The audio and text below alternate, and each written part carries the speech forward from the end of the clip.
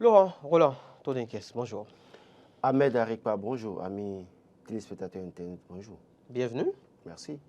J'ai envie de démarrer par ce titre. Ah, Le Grand Quotidien écrit tension à l'ouverture de la première session extraordinaire au titre de 2024. Laurent Roland Todenkes, c'était chaud à l'Assemblée nationale hier.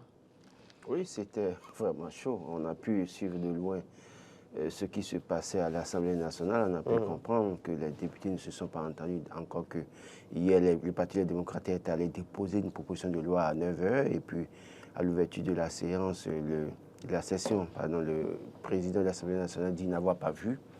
Et donc, les travaux devaient évoluer en tenant compte des propositions du parti, du groupe parlementaire, les démocrates et UP Le Renouveau, dans une certaine mesure. Et je crois que l'honorable Eric Rondeté est revenu sur le fonctionnement de l'Assemblée nationale, a rappelé à lui Péonou Vlavonou, comment ça se passe, si peut-être il n'a pas l'expérience législative,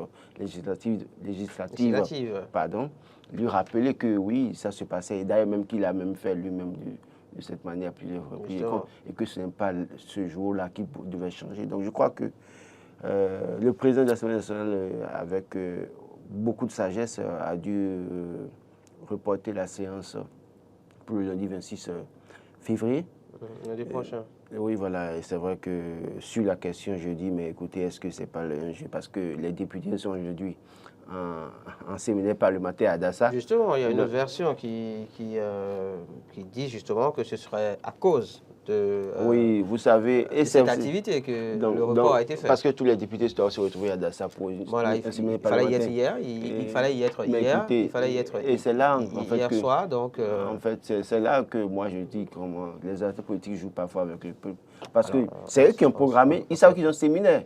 Et c'est eux qui ont encore programmé la session parlementaire qui devait démarrer hier. Peut-être que l'un est arrivé après l'autre, sans qu'on ne l'ait prévu. Peut-être. Ah bon. Si tant est que cette version est avérée. Non, mais écoutez, ils savaient tous que... Parce que pour aller à Dassa, à partir d'aujourd'hui, commencer le séminaire parlementaire, c'est que ils sont censés aller là-bas aujourd'hui parce que les chambres sont réservées, ils doivent dormir là-bas, tout ça. Donc, tout est prévu avant. Donc, au fond, ils étaient allés à l'Assemblée juste pour nous montrer que l'Assemblée nationale fonctionne et puis après. Donc, c'est le sentiment que vous avez. On a cherché, non mais la preuve, vous voyez comment ça s'est passé. Parce qu'en réalité, si le président de l'Assemblée nationale disait avoir vu la position du Parti des démocrates, c'est que les travaux allaient continuer. Mais après, on dit qu'il n'a pas vu. Donc, ça a été l'argument tout trouvé pour reporter à lundi prochain le temps qu'ils aillent à Dassa pour leur séminaire parlementaire. Parce que là-bas aussi, il faut émerger. Bon, c'est pas grave. On continue. Sacré Laurent Roland Todenkes. Alors, toujours est-il donc au Parlement, en tout cas, c'était très chaud hier, a écrit le Grand Quotidien, un autre quotidien qui lui emboîte le pas, les 4 vérités. Débat houleux à l'hémicycle hier, Vlavonou reporte la séance à lundi. Alors, débat houleux, c'était chaud. Pourquoi? Parce que, oui, il fallait statuer sur les propositions de loi donc, portant relecture du code électoral. D'ailleurs, le quotidien, le matinal, nous en donne des détails. 2 propositions de loi au Parlement. Il s'agit donc de celle du parti UPR ou du groupe parlementaire UPR, puis celle du groupe parlementaire Les Démocrates. Le quotidien Le Matinal nous parle justement de divergence d'approche sur beaucoup de sujets, la question du parrainage. Je crois que ce que les démocrates avaient envoyé certaines modifications proposées, mais en fait, ce n'était pas ce qu'ils ont mis dans la proposition de loi déposée hier, parce que dans la proposition de loi déposée hier, ils ont évoqué la question de la constitution de la Sénat d'abord. Ils ont exigé, ils ont demandé qu'on modifie la Sénat parce qu'en fait, la Sénat telle que constituée, c'est vrai qu'on a un représentant du parti FCBE, mais pour autant, les gens n'ont pas totalement confiance. Et que je vous souviens, l'argument qu'ils ont utilisé, c'est que c'est la même Sénat qui, ayant reçu les documents, en moins d'un mois, a jugé caduque certains documents, pour que vous vous souvenez. Ils ont évoqué la question des coordonnateurs d'arrondissement, qui, par exemple, à qui on a confié uniquement les élections, et donc c'est seulement cette personne qui suit tout et qui peut-être peut en arriver à tripatouiller. Donc il vaut mieux revoir cette... renforcer l'équipe. Renforcer maintenant. Ils ont parlé aussi d'un comité ad hoc pour la liste électorale. Ils ont évoqué le fait qu'il faut 160 jours avant les élections pour que la liste électorale soit prête. Il faut supprimer le quitus fiscal. Ils ont évoqué ça. Ils ont demandé, au lieu d'une déclaration de nationalité, il faut une déclaration sur l'honneur dans une certaine mesure. Ils ont évoqué le fait qu'il faut maintenant ramener la caution de 250 millions à 50 millions. Ils ont aussi également précisé que oui, sur la question des pourcentages à avoir au niveau électoral au plan national.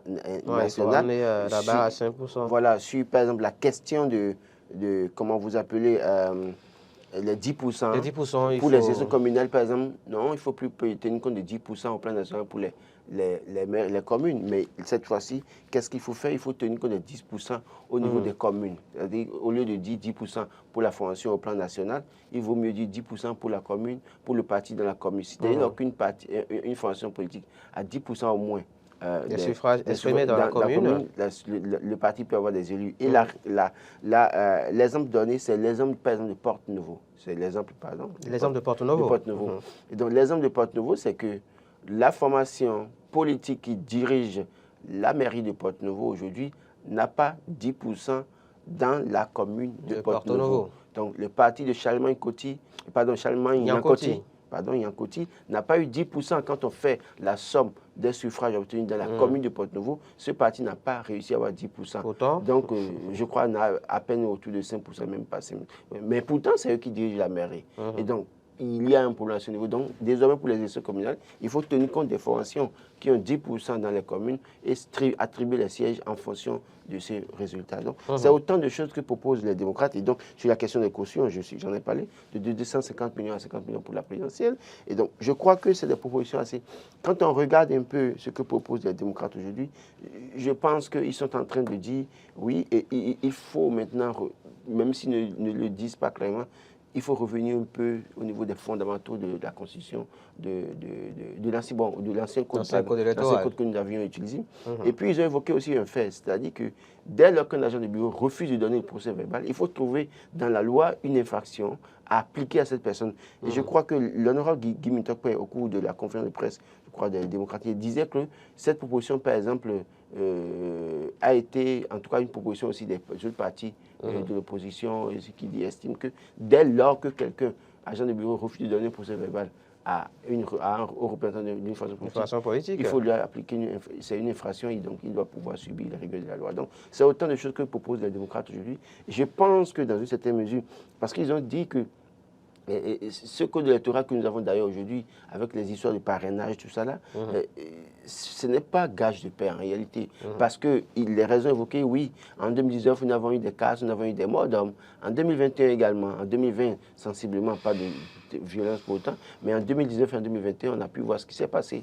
Donc, ils estiment que oui, si ce code électoral a créé autant de problèmes, autant mieux revenir sur les fondamentaux de ce code électoral, en tout cas de l'ancien code électoral, et de revoir la manière dont ça va fonctionner, que c'est la meilleure. Donc, je pense que c'est la proposition. De l'autre côté, on verra l'Union progressiste de renouveau avec Akhenaton qui propose, oui, parce que sur la question des délais, justement, on en parlait dans l'émission spéciale avec le président de Wembélé, oui, et il propose qu'on revienne à réduire à 35 jours. À 35 jours. 35 jours, donc au-delà de tout. Et puis les démocrates demandent que ce soit les députés élus en 2023 et les maires élus en 2020 qui parrainent.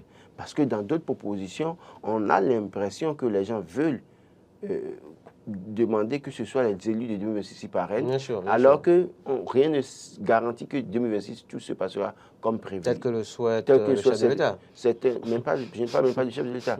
Tel que le souhaite le parti des démocrates, parce qu'eux, ils veulent aller aux élections en parrainant leurs candidats. Mais quand on dira que c'est les députés de 2026 qui vont élire, il se peut qu'en 2026, qu'on ait encore des élections exclusives. Et ce qui les empêcherait d'avoir des élus. Parce que vous allez voir que ces derniers temps, j'ai pu lire un message, ou bien, je dirais un message de Ruben Abadagan, qui est membre du parti FCP, qui disait que le parti FCP reviendra en force en 2026.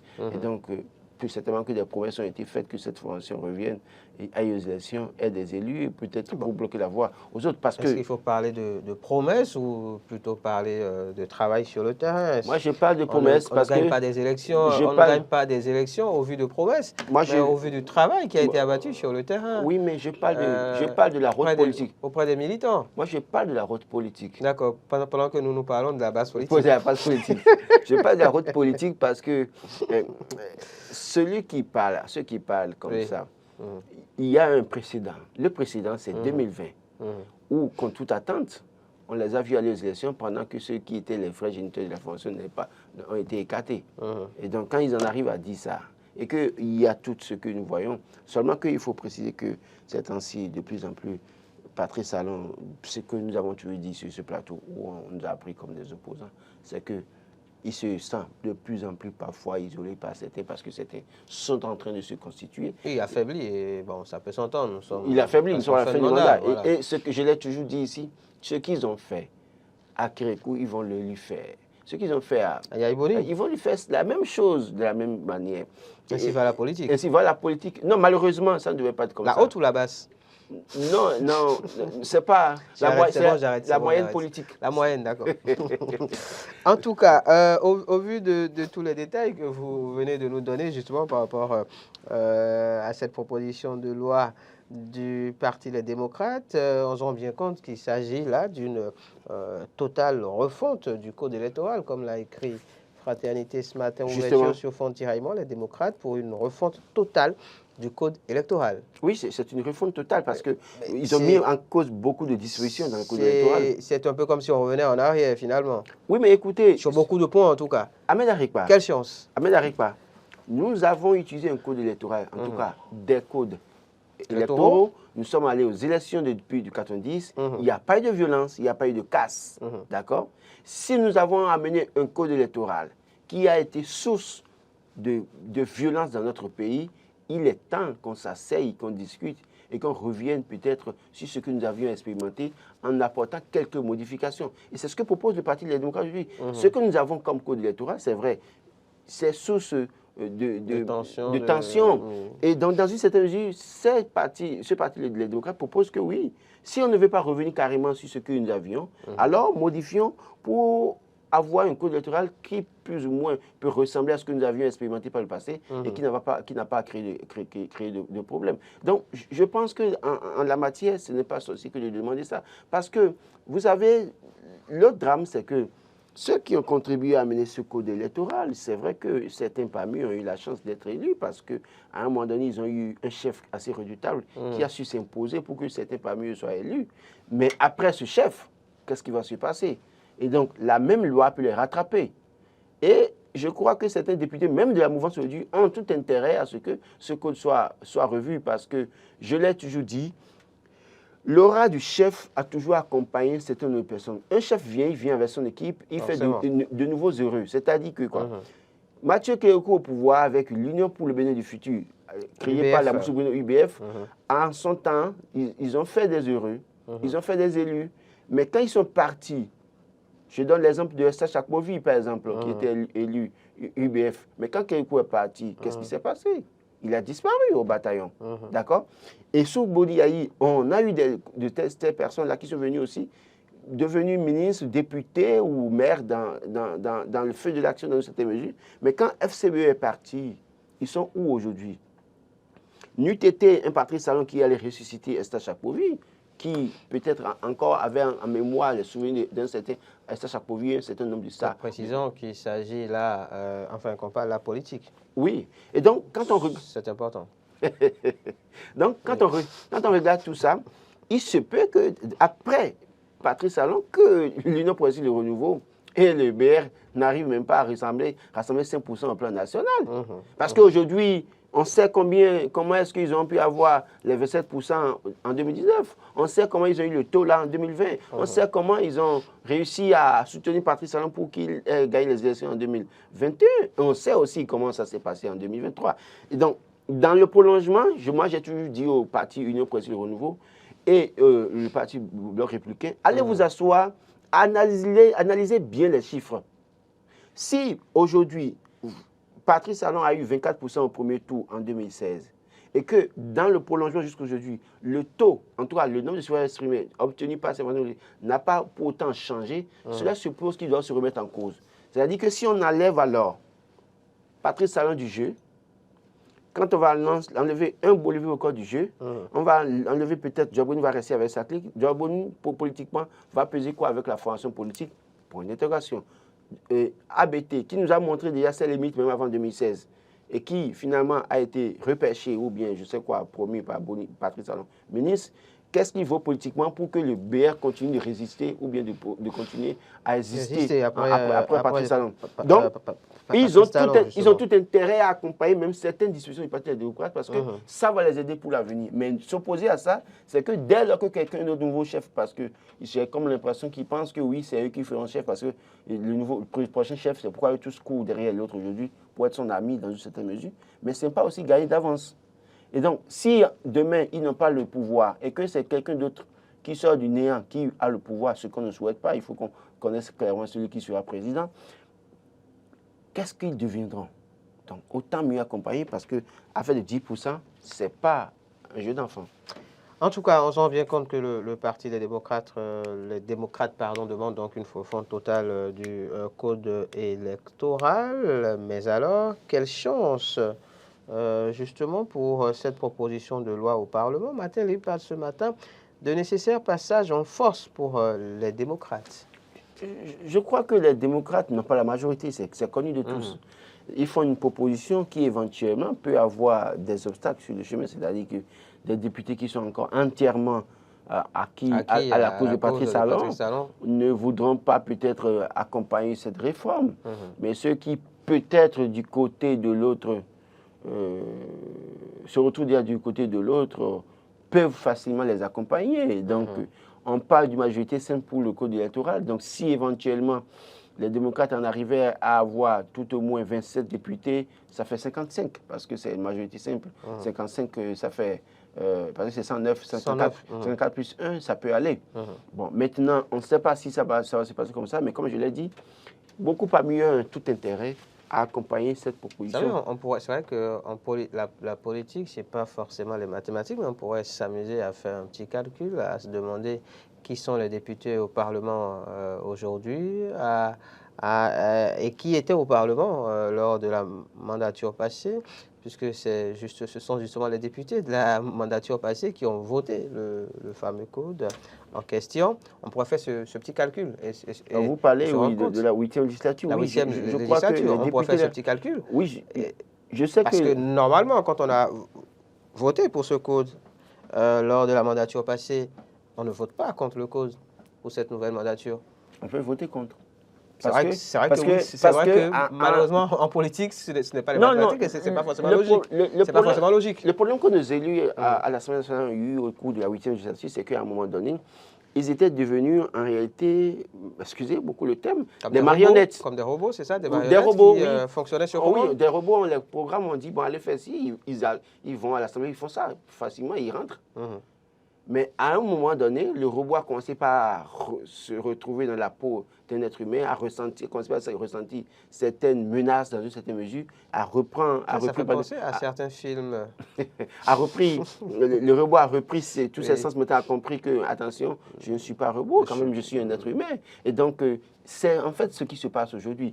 Et je dis, certains parmi eux ont tout intérêt à ne pas accepter ce genre de choses aujourd'hui, parce que les compromissions ou les compromis, ce que vous voulez, c'est que ça sera suicidaire pour chacun d'eux. Maintenant, les gens diront que oui, il y a des gens, il y a certains qui ont été proposés par Patrice Talon, qui ont été élus députés en 2023, contre toute attente, contre la volonté de certains. Mais écoutez, il y en a pas mieux qui ont été proposés par Patrice Talon, qui ont été élus, mais aujourd'hui ne sont plus d'accord avec Patrice Talon et ne cache pas, c'est ça? Pardon? Ne le cache pas? Ne le cache pas, ne le cache pas. C'est vrai que même s'ils ne le disent pas ouvertement et publiquement, c'est que c'était pas mieux. Et ne soyez pas surpris que dans les prochains jours, certains députés démissionnent de leur parti formation politique pour aller constituer. Oui, c'est vrai que c'est annoncé. C'est vrai que le nouveau groupe parlementaire. Et puis, parce que je crois que l'expérience G13 finira par être réédité au cours de cette mandature, en tout cas de cette législature. Il y aura certainement un G13 bis, même si ça ne va pas s'appeler G13, ça peut s'appeler G27 ou G25. Attendons de voir la suite. Et ne soyez pas surpris que prochainement, des ministres démissionnent du gouvernement. Parce qu'en réalité, ils ne seront pas d'accord d'accompagner, de suivre peut-être la ligne du chef ou ne seront pas d'accord de faire la volonté du chef dans une certaine mesure. Donc, c'est autant... Ou serait déjà totalement conquis par l'autre côté. Possible. Même s'ils ne sont pas conquis par l'autre côté, les acteurs politiques aujourd'hui sont à un carrefour où il faut se repositionner.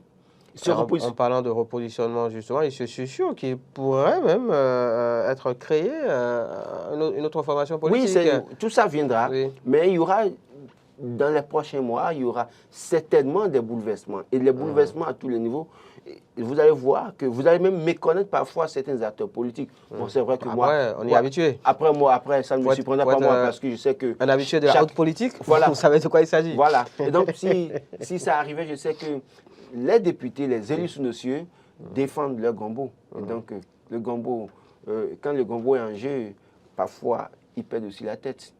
Une situation politique des plus troubles au Bénin. Laurent Roland Tononiquez d'IB Info sur le sujet nous informe que Thomas Boniaï était chez celui que nombre dans le milieu aime bien appeler Pépé Soglo. Oui, je crois que oui, on a évoqué le sujet hier pour dire oui, ils se sont vus. C'est vrai qu'après, il n'y a pas eu de déclaration de presse. Presse, on ne sait pas ce qu'ils se sont dit. Mais on ose croire que certainement les deux ont parlé de la situation politique et ont dû parler de ce qu'il faut faire pour préserver la paix du Bénin. Donc, si Boniaï avait été reçu à la présidence et que Soglo a été reçu au domicile, c'est qu'il y a certainement quelqu'un qui sera certainement mieux écouté que l'autre.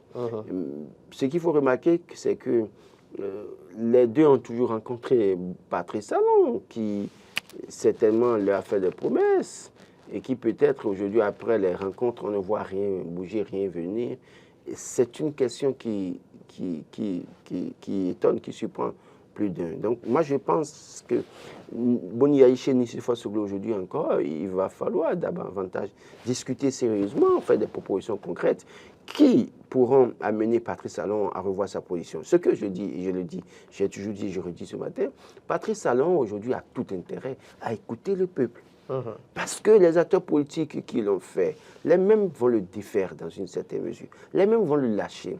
Patrice Talon a intérêt à se pencher sur la question des détenus, même s'ils n'appellent pas détenus, ça détenus politiques, parce qu'ils diront qu'il n'y a pas de détenus politiques, mais on sait que les gens se sont retrouvés en prison du fait des intrigues politiques. Il a tout intérêt à réfléchir sur le cas de ces personnes, à les sortir de prison. On a promis que les étudiants sortiront de prison, je ne sais pas si ça a été fait déjà, mais il y avait une liste de grâce présidentielle sur la table du président de la République avec un certain nombre de noms, même certains élus qui étaient en prison, qu'on devait sortir. Après, la liste, on a sorti les gens, mais des gens ne se sont plus retrouvés sur la liste. Et je pense que Patrice Talon aujourd'hui doit s'asseoir et regarder peut-être, se regarder dans la glace et dire, écoutez, je suis venu par la grâce de Dieu au pouvoir. Les acteurs politiques m'ont accompagné. Mais les mêmes acteurs ont trahi peut-être leurs convictions par le passé. Et les mêmes acteurs sont capables de trahir leurs convictions aujourd'hui. Qu'est-ce que je dois faire alors pour être en phase avec mon peuple? La situation au Sénégal doit davantage inspirer Patrice Talon. S'il ne le comprend pas, il faut qu'il le comprenne ce matin. Pourquoi? Macky Sall a refusé de sortir les gens de prison. Il a mis les gens en prison. Qui l'a obligé maintenant à sortir les gens de prison? Personne. Parce qu'à un moment donné, il s'est senti seul, isolé. Et donc, il n'a d'autre choix que de sortir les gens de prison et de les rétablir ou de leur accorder des privilèges parce qu'on a acheté même des billets aux exilés politiques pour dire de rentrer. Parce qu'il s'est senti seul. Et quand vous vous retrouvez dans cette situation... Parce qu'aussi, il agit en bon père de famille. Il faut apaiser la tension, il faut calmer. Il dormait avant quand il faisait ça. Comment vous pouvez dire qu'un père... Il faut calmer les choses. Un bon père de famille ne fonctionne pas comme il avait fait. Un bon père de famille est un homme et il peut commettre des erreurs. Il faut commettre des erreurs. Il peut commettre des erreurs. On peut commettre des erreurs. Non, mais c'est ça qui encourage les gens à même étant président de la République, on peut commettre des erreurs. Oui. Et comme on le dit souvent, seuls les imbéciles ne changent pas. Il je vaut suis mieux d'accord. Reconnaître ces torts. Je suis d'accord. Et les réparer, même 20 ans après, que de ne jamais les reconnaître. Il ne sert à rien de foutre le bordel et commencer par venir jouer le sapeur-pompier. Il vaut mieux être assez lucide quand on est chef et faire attention parce qu'à un moment donné, on se retrouve toujours seul. Toujours seul. Et quand vous vous retrouvez seul, le peuple est derrière contre vous. la communauté internationale est contre vous, parce qu'à un moment donné, la communauté internationale trouvera un bon répondant pour vous remplacer et sera contre vous. Vos amis chefs d'État qui, à un moment donné, vous ont soutenu, les mêmes vont vous lâcher. Parce qu'à un moment donné, la communauté internationale va les appeler chacun pour dire, écoute, si tu continues à le soutenir, tu auras des problèmes avec moi. Et donc, finalement, vous vous retrouvez seul. Et même ceux à qui on a fait du bien finissent par vous lâcher. Mais écoutez, parfois ce sont même les premiers. D'ailleurs, même quand on va se dire la vérité, le bien qu'on fait à quelqu'un en politique, est-ce que c'est votre argent? Ce n'est pas votre argent, c'est l'argent du pays. Et le pays vous a confié, vous a donné ce privilège-là d'aider d'autres personnes. Donc, quand vous-même venez vous aider quelqu'un et vous pensez que vous avez le droit de vie et de mort sur la personne, c'est tout faux. La même personne que vous avez aidé peut se lever du jour au lendemain pour dire, Excellence, Monsieur le Président de la République, je suis heureux de vous dire, je ne continue pas avec vous. Et vous ne pourrez rien faire. Et c'est comme ça que le peuple aussi va vous dire, un jour, je ne suis pas d'accord avec vous, on ne continue pas avec vous. Prenez vos responsabilités. Donc, je pense qu'aujourd'hui, moi, à la place de Patrice Talon, je m'assois, je me regarde dans la glace, je prends les bonnes décisions qui amènent le peuple à me célébrer. Qu'est-ce qu'il n'a pas encore démontré à la tête du Bénin? Il a fait ce qu'il peut. Il faut s'en féliciter. Tout n'est pas mauvais, tout n'est pas rose non plus. Donc, aujourd'hui, plutôt qu'il se sente isolé, moi, je l'appelle aujourd'hui à un examen de conscience et qu'il regarde autour de lui et qu'il se rende compte que c'est à lui de prendre les meilleures décisions pour la suite de son mandat. Tout n'est pas mauvais, justement. Laurent Roland Tononiquès avec Fraternité. On apprend ce matin que 36,77 km de voirie seront bientôt réalisés à Fidjosé et Togbain dans le cadre du projet asphaltage dans la ville de Cotonou. Oui, asphaltage 2, il faut préciser. 2. Voilà, parce que la phase 1 est passée, et puis on a pu voir ce qui s'est passé, ce qui a été fait. Et c'est pourquoi je dis que tout n'est pas mauvais, parce que on a pu voir qu'on peut mettre... Attardons-nous bien sur ça. On a pu voir... Soit assez large non, sur mais ça. écoutez, moi je ne suis pas dans le jeu des politiques à peine tout en noir. C'est ça. Tout en noir. Patrice Talon a fait des efforts, je l'ai dit hier. Parlons-en longuement. Patrice Talon a fait des efforts à la tête du Bénin. Personne ne pouvait imaginer qu'on pouvait mettre du bitume dans les marécages de Cotonou. Mais on nous a montré qu'on peut mettre du bitume. On peut le faire à Agra, par exemple. On a le tronçon, comment vous appelez, Ciné Concorde à Blanc-Gandan. J'ai fait le reportage sur ce tronçon. J'ai vu les anciennes images de ce tronçon-là et les nouvelles images. Je me suis rendu compte que oui, c'est possible de faire des choses dans ce pays. C'est peut-être qu'à un moment donné, nous n'avions pas la vision. C'est vrai qu'il faut... Mais il faut aussi avouer que une partie des lauriers doit être donnée en tout cas à l'ancien régime. Parce que le chef de l'État, même à l'entame de son mandat, disait que l'ancien régime a voté un budget depuis 1300 milliards, je ne sais quoi, pour des voies. Donc, c'est eux qui ont montré le chemin. À un moment donné, ils sont venus, l'État étant une continuité, ils sont venus faire. Donc, je me réjouis de ce que Patrice Talon au pouvoir a réussi à concrétiser ce que son prédécesseur voulait faire dans une certaine mesure. Parce qu'ailleurs, on voit que quand le prédécesseur vient, même si Patrice Talon même a remis en cause un certain nombre de choses de son prédécesseur, au moins sur certaines choses, ils ont foncé, ils ont fait ce qu'ils doivent faire. Et donc, pour la phase 2, on a pu voir que beaucoup de tronçons seront pris en compte également. C'est pour le bonheur des Cotonois. Ça sonne mal que parfois vous allez dans certains quartiers de Cotonou et que vous avez l'impression de vous retrouver dans un village enclavé de je ne sais quoi. Je ne vais pas citer une religion pour frustrer les gens. Ne le faites pas. Ah oui. Ne le faites pas. C'est bon, vous avez fini sur le sujet? Je pourrais le faire. Vous avez fini sur le sujet? Vous n'avez pas envie de dire autre chose? Vous voulez que moi, Laurent Tononiquès, je commence par applaudir Patrice Talon pour dire qu'il a fait des voix? Non, non. Bon, j'arrête, c'est bon, j'arrête. Non, vous n'allez pas arrêter. Je vous précise encore pour dire. Oui. Patrice Talon, en réalité, quand un chef d'État fait un travail dans ce pays, il ne doit pas être applaudi. Il a dit, je viens pour améliorer les choses, pour la rupture, pour faire mieux que Boni Yahi. Donc, il ne fait que son devoir. Et c'est notre argent. Donc, il ne peut pas utiliser. En réalité, c'est à lui de bien faire, de nous servir pour que demain on le célèbre. On ne va pas l'applaudir quand même. Ceux-ci ne seront certainement pas célébrés. Fausse information sur le patron des armées au Bénin. Les 4 vérités nous apprennent ce matin que 3 personnes sont déposées à Misérité. Enfin, ont été déposées à Misérité hier. Oui, je crois que les gens doivent faire suffisamment attention ces temps-ci. On partage partout. Oui. Vous partagez n'importe quoi. Vous partagez, vous répondez. Moi, il y a quelques semaines, j'ai j'ai refusé d'être désormais administrateur de plusieurs groupes parce que je sais que si ils n'arrivent pas à m'atteindre en tant que journaliste parce que liberté d'expression oblige et que mon travail oblige, qui pourrait éventuellement me protéger un peu dans une certaine mesure, c'est que là-bas, ils peuvent me guetter. Et donc, si je suis administrateur de groupe... C'est qui il? Mais, suivez mon regard. Vous voulez que je cite des gens ici? Moi, je ne suis pas fou jusqu'à ce point. De toute façon, ils se connaissent. Pour dire quoi? Là où vous êtes administrateur, même simplement, on peut vous interpeller. Bien sûr, bien sûr. Et donc, les gens n'ont qu'à faire attention. Les groupes dans lesquels on vous a mis, administrateur, vous pensez que vous avez un pouvoir là. Pardon, si ça ne vous rapporte rien là, quittez en même temps. Refusez le titre d'administrateur. Parce que dès lors que la personne... Vous savez, le problème, c'est que il y a... Moi, par exemple, j'ai reçu des demandes, même jusqu'à hier. Je suis administrateur d'un certain groupe d'information qui a une plateforme sur Facebook, dans une certaine mesure, en forme, sans diffamer. Mais il se fait que je suis là, du jour au lendemain, quelqu'un m'écrit pour dire, bon, je suis tel, et qu'on m'a parlé de votre groupe, je vais intégrer le groupe, tout ça là. Je ne le connais pas. Je l'ajoute dans le groupe. Voilà que le monsieur n'est même pas au Bénin. Et il envoie une fausse information. On veut le rechercher, on ne le retrouve pas. Mais c'est l'administrateur qui comprend. Vous répondez systématiquement. À moins que quand il envoie automatiquement, vous avez la présence d'esprit de supprimer. Mais le problème, imaginez que il arrive parfois, j'ai un numéro WhatsApp là où, parfois c'est 24 heures après que je lis les messages. Mais imaginez que le monsieur envoie ça et c'est 24 heures après et que ça a déjà fait le tour. Et les éléments qui sont payés, qui font capture d'écran là, ont déjà fait le capture d'écran, ils ont déjà envoyé. C'est foutu. Moi, je pense que les gens doivent faire suffisamment attention. Il y a des éléments, j'insiste là-dessus. Vous pouvez ne pas être d'accord. Il y a des éléments qui sont dans le groupe qui font capture d'écran en haut. Faites attention à ce que vous partagez. Faites attention à ce que les gens partagent dans vos groupes. Si vous pensez que vous êtes dans un groupe, on dit que information, ça ne vous rapporte rien, vous êtes administrateur, quittez. Simplement, si vous êtes dedans et que les gens font des trucs et que vous avez la possibilité de supprimer, supprimez automatiquement.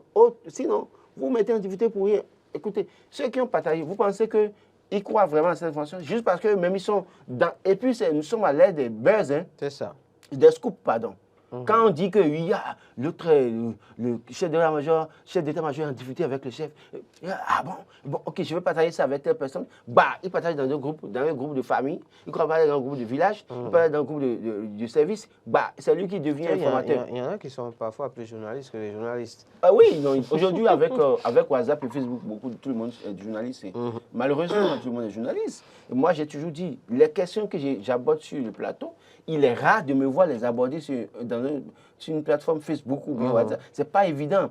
J'en parle peut-être avec assez de réserve et je sais comment aborder le sujet parce qu'après, on t'enlève ton manteau de journaliste pour t'appliquer le code du numérique pour dire que pourquoi est-ce que tu n'allais pas aller là-bas dans une certaine mesure. Donc je demande aux gens de faire très attention parce que vous vous retrouvez en difficulté et seul à répondre. Allez. Suspension du groupe de presse La Gazette du Golfe. L'UJPLA demande la levée immédiate des sanctions, c'est-à-dire dans les colonnes de Dabarou ce matin, Laurent. Oui, écoutez, la Gazette du Golfe a été suspendue à cause de la situation au Niger. Parce qu'à un moment donné, le chef de l'État béninois avait une position. Parce que la CEDEAO avait une position. Mais entre-temps, les positions de la CEDEAO et du gouvernement béninois ont été revues. Donc, les positions ont changé. Alors, pourquoi on continue de maintenir la suspension? Vous l'avez dit. Pendant ce temps, des pères de famille sont à la maison. Vous l'avez dit tout à l'heure, il n'y a que les imbéciles qui ne changent pas. Si Patrice Talon aujourd'hui a revu sa position, si la CEDEAO est en train de revoir sa position, Tinubu a revu sa position, Ouattara a revu sa position, Faure a revu sa position, pourquoi on continue de mettre... Moretti devrait revoir sa position. Oui, il devrait revoir sa position parce qu'il a pris la décision en tenant compte de la position des autres chefs d'État. Il croyait si bien fait, il pensait si bien fait. Et donc, on ne va pas lui faire ce procès. Donc, il a fait ce qu'il devait faire. On se rappelle d'ailleurs que lors de sa conférence de presse d'il y a quelques jours, le chef de l'État disait que qui n'est pas le président de la Hague, mais qu'après, s'il y a des mesures, il va se renseigner de grâce et autres, qu'il était prêt à intervenir.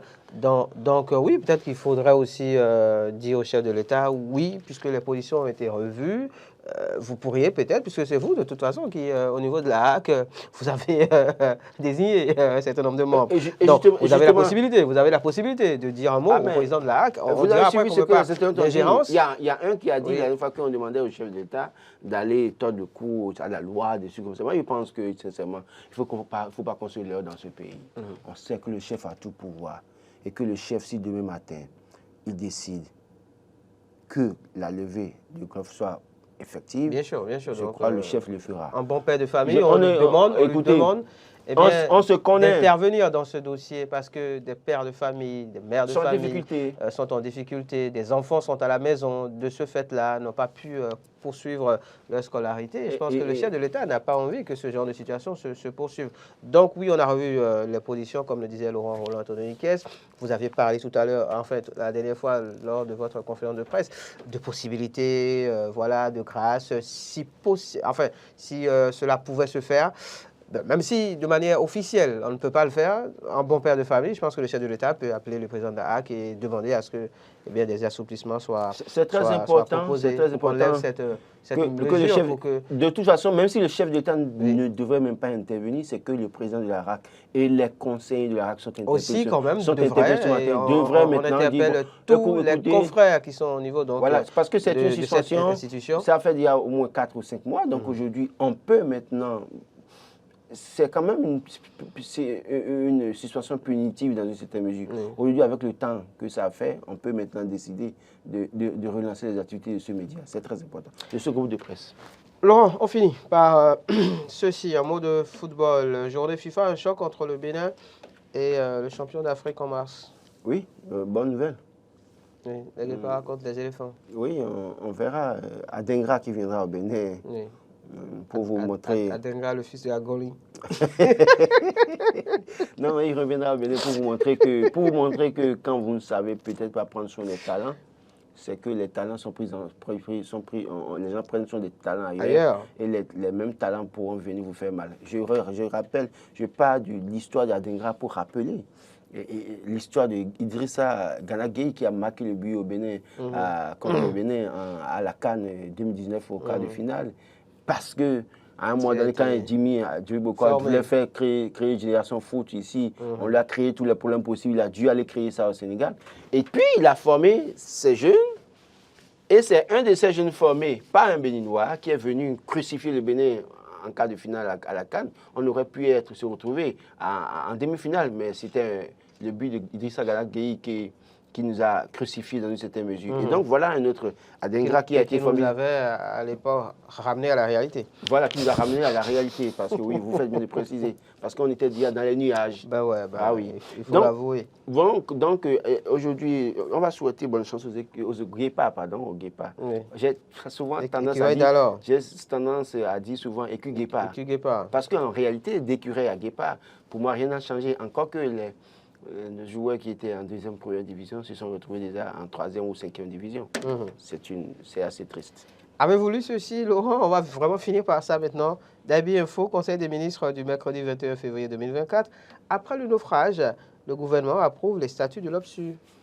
Oui, j'ai lu ça. Est-ce qu'il y avait un naufrage pour autant? Oui, c'est vrai qu'il y a un problème de mauvaise gestion des ressources au niveau de l'OPSU. Oui, pour autant, est-ce qu'on va dire que c'était un naufrage?